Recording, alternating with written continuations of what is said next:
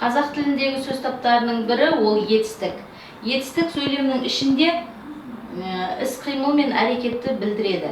Және оның сұрақтары не істеді, не қылды, қайтты. Етістік құрамына қарай екіге бөлінеді. Дара және күрделі етістіктер. Дара етістік, яғни сөйлемнің ішінде келгенде бір ғана сөзбен жасалынады. Мысалы, Айдын орындықты шегеледі. Айдын не істеді? Шегеледі. Яғни бұл жерде етістігіміз бір ғана сөзбен жасалып тұр. Күрделі етістік. Күрделі етістік сөйлемнің ішінде іс-қимылды білдіретін сөздеріміз бір немесе бірнеше сөздермен, қос сөздермен және күрделі сөздермен жасалады. Мысалы, Айдын орындықты шегелеп отыр. Айдын не істеді? Шегелеп отыр. Яғни бұл жерде етістік екі сөзбен жасалып тұр. Сол сияқты күрделі етістіктер бірнеше күрделі сөздермен де жасауға болады. Етістіктің тағы бір түрлері болымды және болымсыз етістіктер.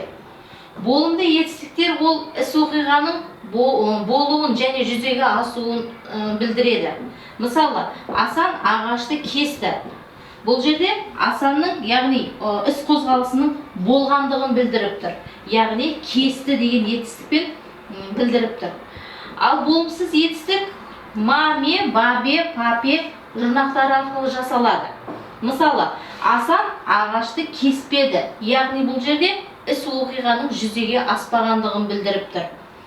Және осы жұрнақтарды жалғау арқылы бірнеше етістіктерді мысалға келтіруге болады. Мысалы, кел, келме, бар, барма, жаз, жазба, жүр, жүрме, айт, айтпа, тұр, тұрма деген сияқты етістіктерді келтіруге болады. Бүгінгі сіздермен болған Зағима Нұрқатова, қазақ тілі пән мұғалімі. Сіздерге көп рахмет.